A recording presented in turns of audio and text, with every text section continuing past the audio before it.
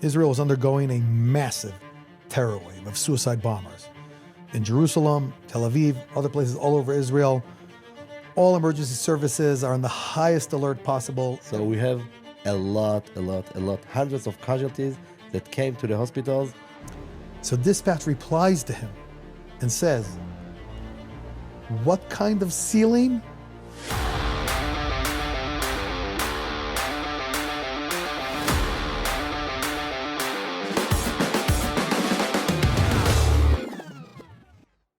Hi everyone, I'm Dovie Maisel, Vice President of Operations for United Hatzalah, Israel's largest volunteer emergency medical service. And I'm Elad Bachar, the medical director in United Hatzalah. And we're excited.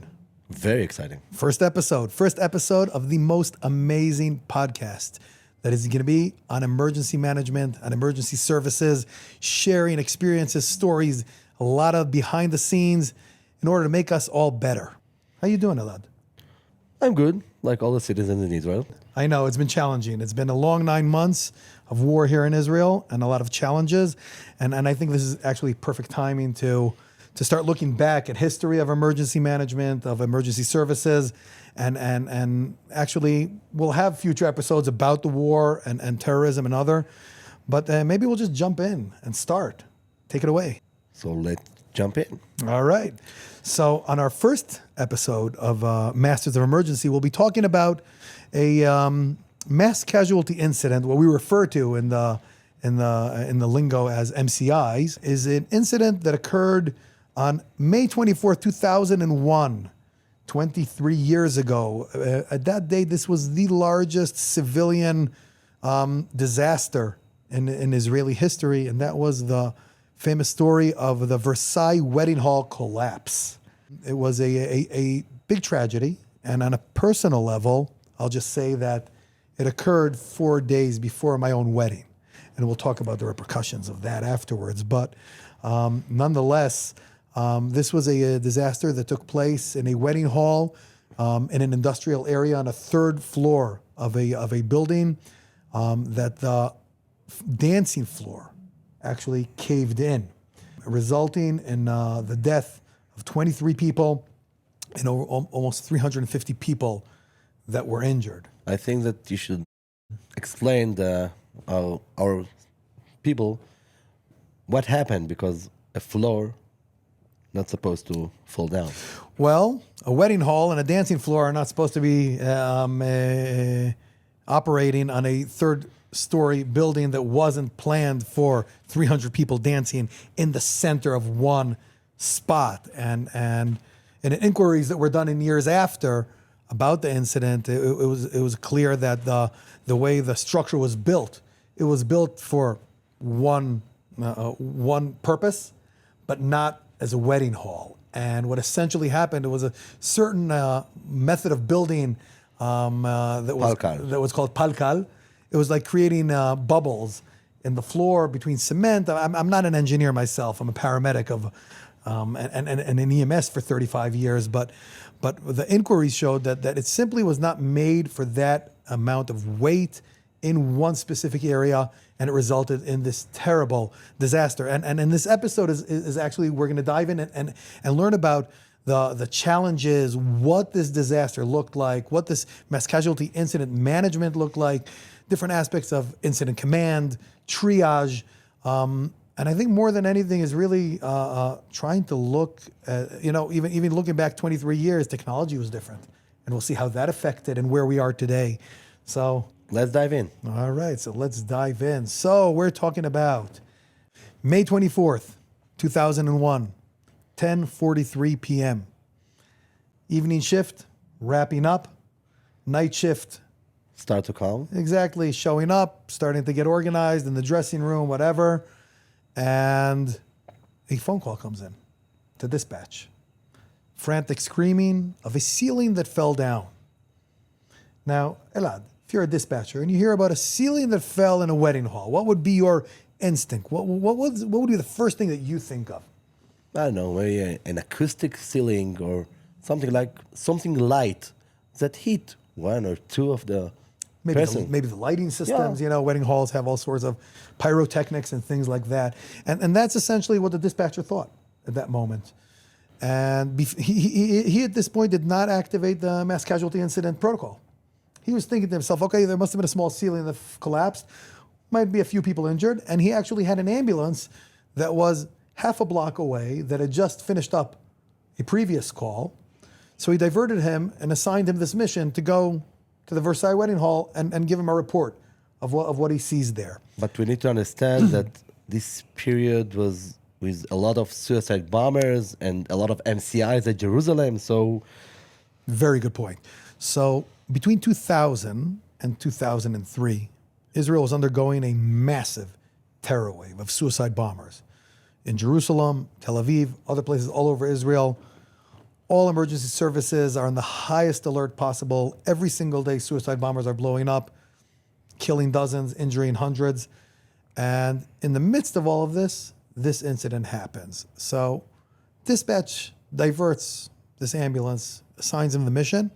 Happens to be that the EMT on this ambulance was my dearest friend and colleague of many years, almost my whole life, president and founder of United Hatzalah, Elad. So he's assigned to this mission. He pulls up. Now, mind you, this wedding hall, this building, is positioned in a small side road of an industrial area in South Jerusalem. And he pulls up, and what he sees in front of his eyes from the direction that he arrived is a 3-story building that a massive chunk of the building, from the roof all the way down, was literally bitten out of it, basically. It was a total collapse. cave in. Exactly, a cave in from internally, and the whole front of the building came down 3 stories. It was the 3rd floor with 300 people on the epicenter of the dance floor, caving in, taking the 2nd floor with, and going down to the 1st floor. And he gets on the radio, and at this point, dispatch is getting additional phone calls of an explosion, of not understanding exactly what happened. So dispatch, at this point, automatically is starting to do 1-1. Mind you, this is a time of suicide bombers every day. And he gets on the radio and tells Ellie, the unit, to give a report. He says, I'm arriving right now. And at the same time, he says, we're getting reports of dozens of people injured and an explosion. And then Ellie gets on the radio and, like a real pro, announces this is an MCI, mass casualty incident, dozens and dozens of people injured. This is a full cave-in of a 3-story building. So dispatch replies to him and says, what kind of ceiling? And he says, not a ceiling. It's a full 3-story cave-in of a building. There are dozens and dozens and dozens of people injured here. So at this point, dispatch got a full understanding of what was going on. Of course, Ellie was announced as an incident commander, or as we call Command 10 here in Israel, and immediately activates An MCI. MCI protocol. MCI protocol requires deployment of all available resources in the region, getting additional employees to come from their home, volunteers from their homes, notification of police, hospitals, full protocol.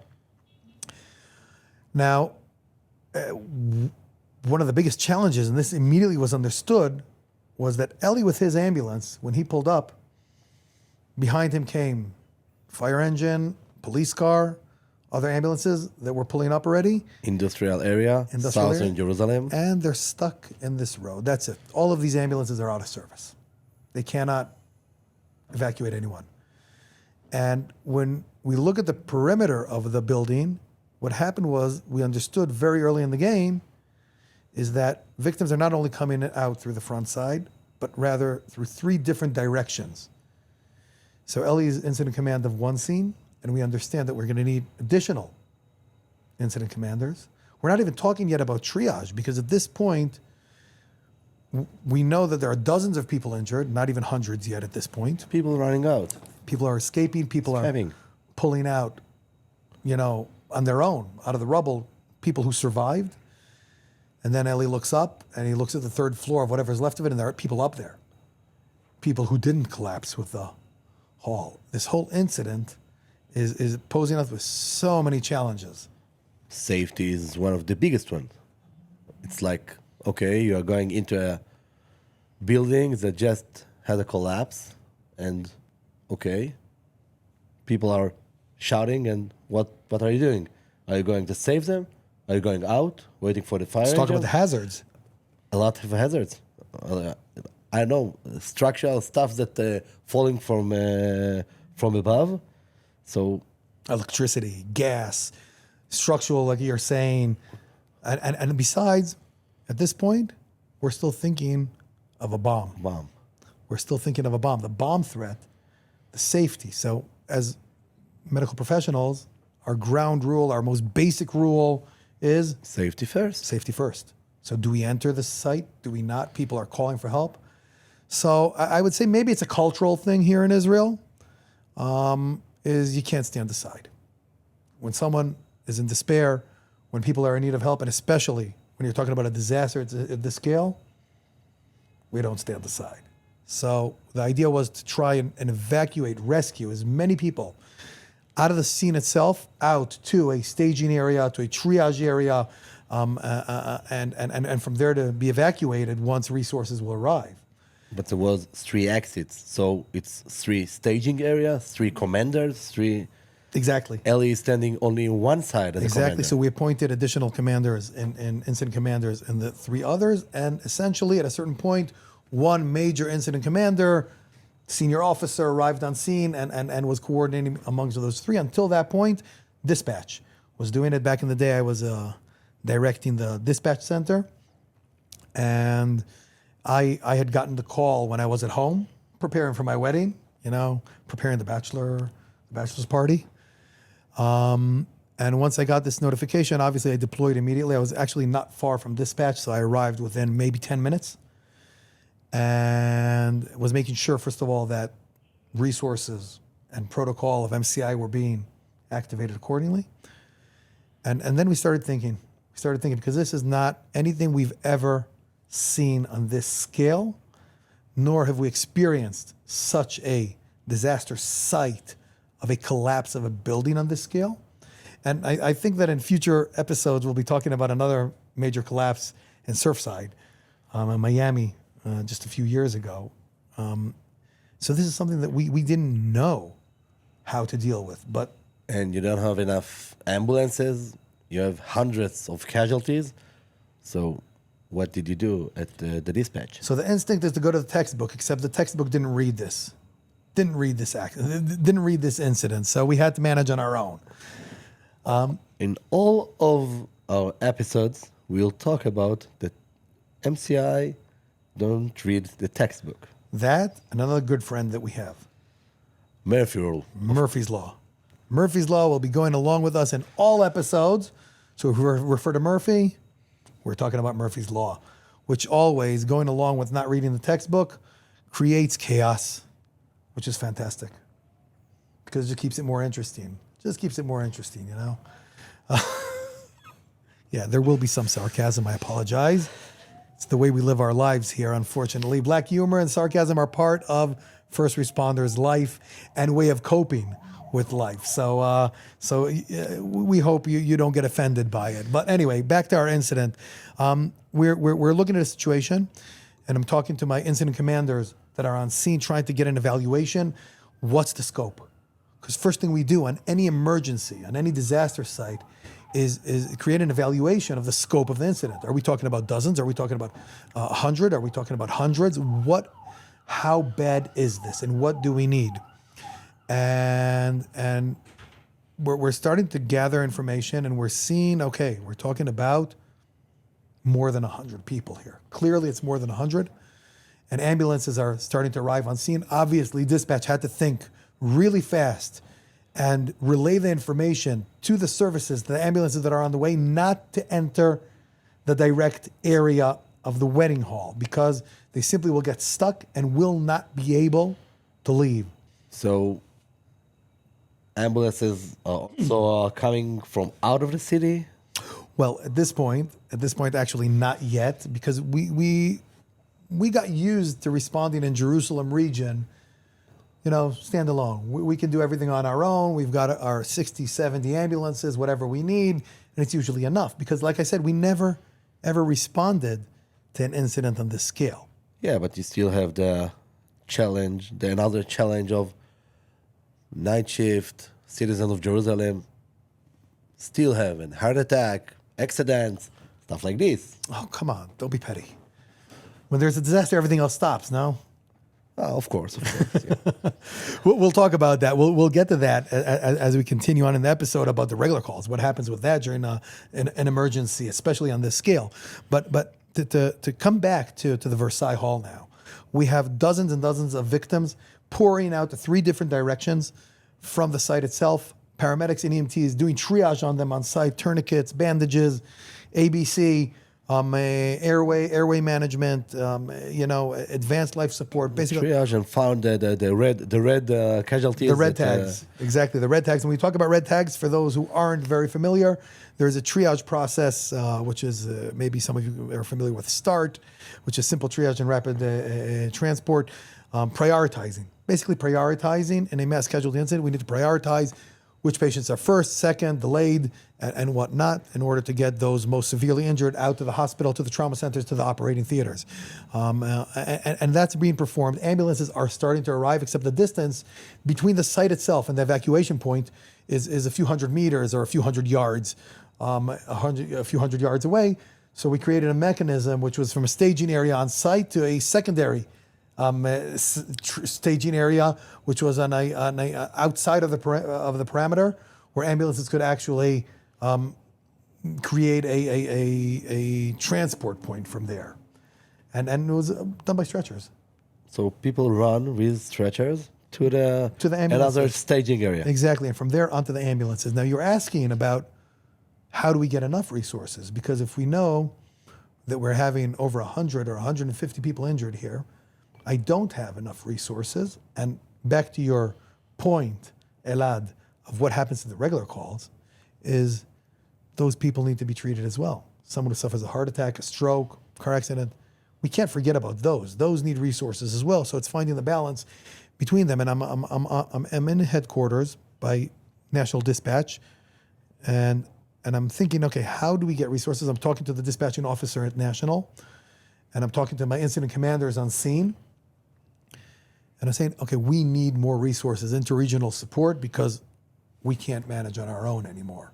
We don't have enough ambulances. I have the disaster, and I have my regular night shift calls, which I'll talk about in a minute. And he's thinking, and he thought of a brilliant idea. How can I get a lot of resources from different cities, different regions up to Jerusalem? And back then, no smartphones, no apps, no nothing. We're talking about, at the max, a Nokia 3100 that had buttons. No GPS? No GPS, no nothing. And he thought of a brilliant idea. And he said, I know, I have a protocol for an airplane crash. When there's an emergency landing at the international airport, I know that I need 100 ambulances, of them 40 ALS, 60 BLS, I need mass casualty response vehicles, I need all of these resources.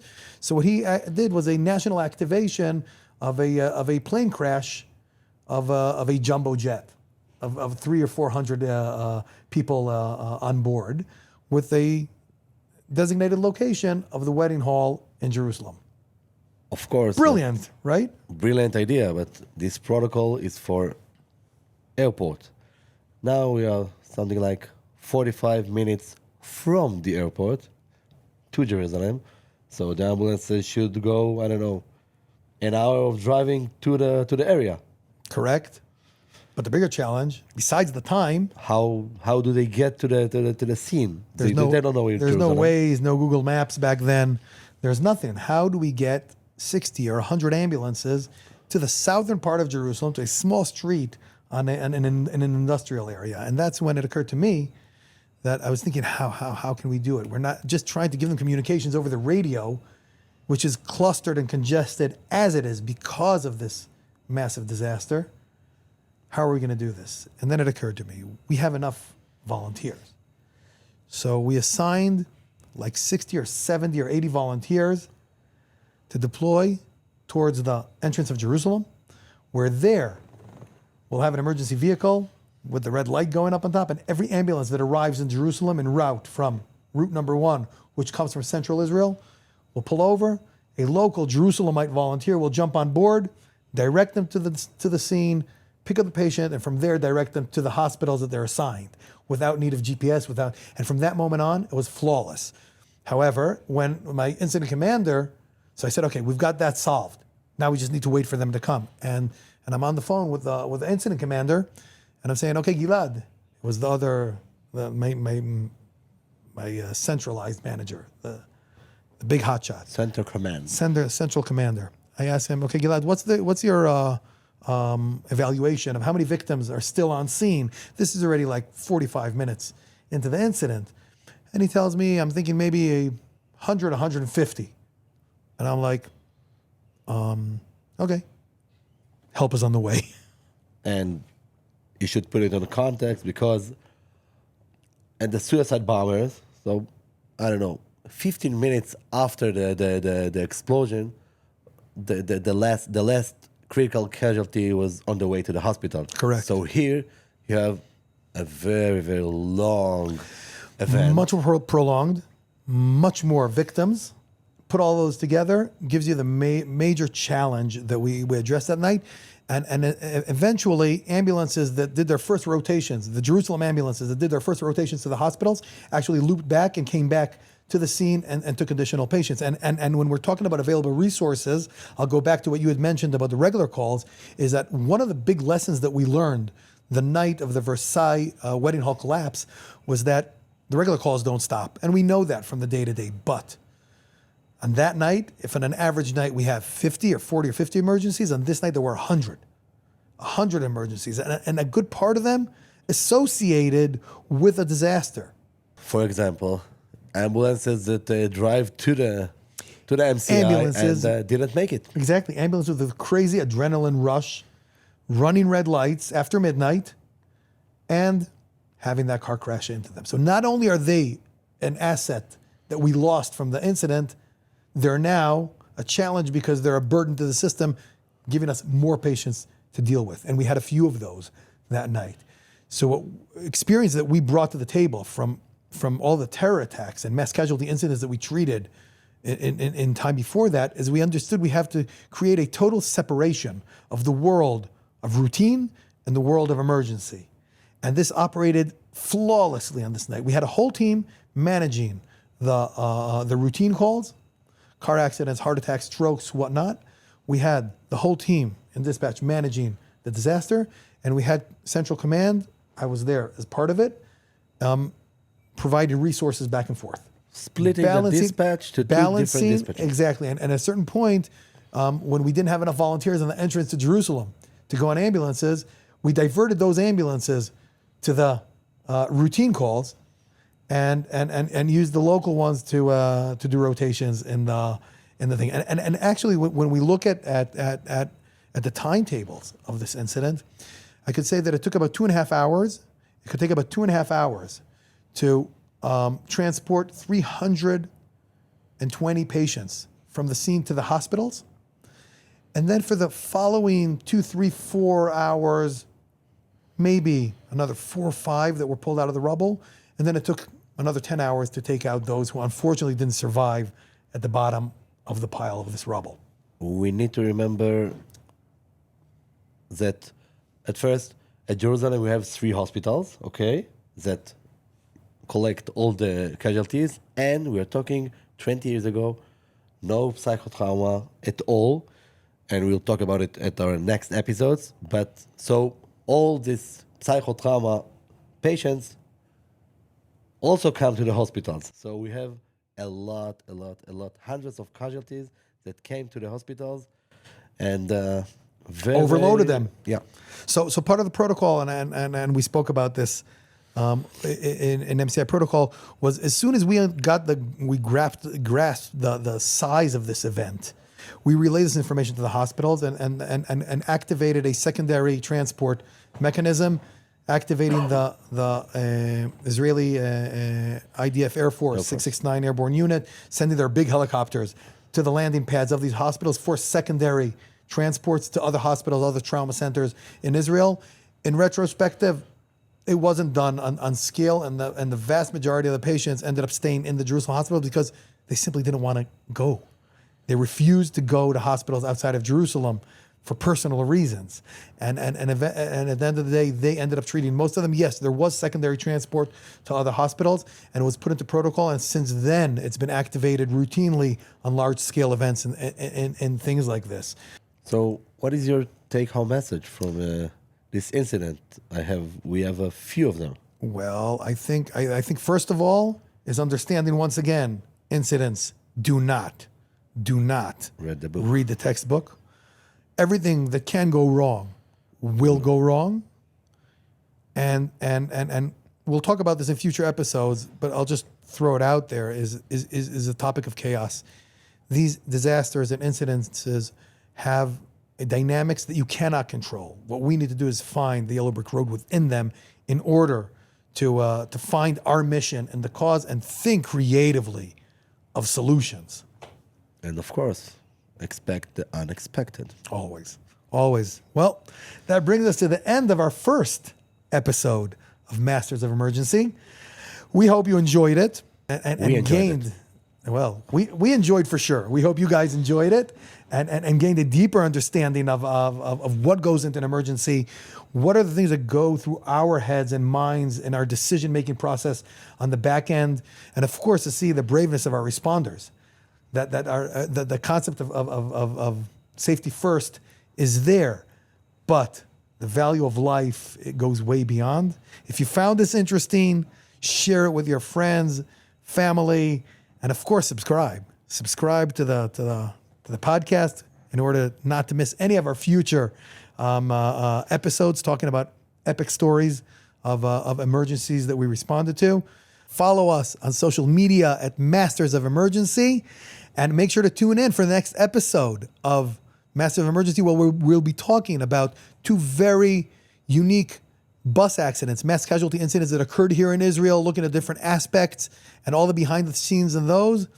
Looking forward to seeing you there. And remember that training, implementing, lessons learned is what saves lives.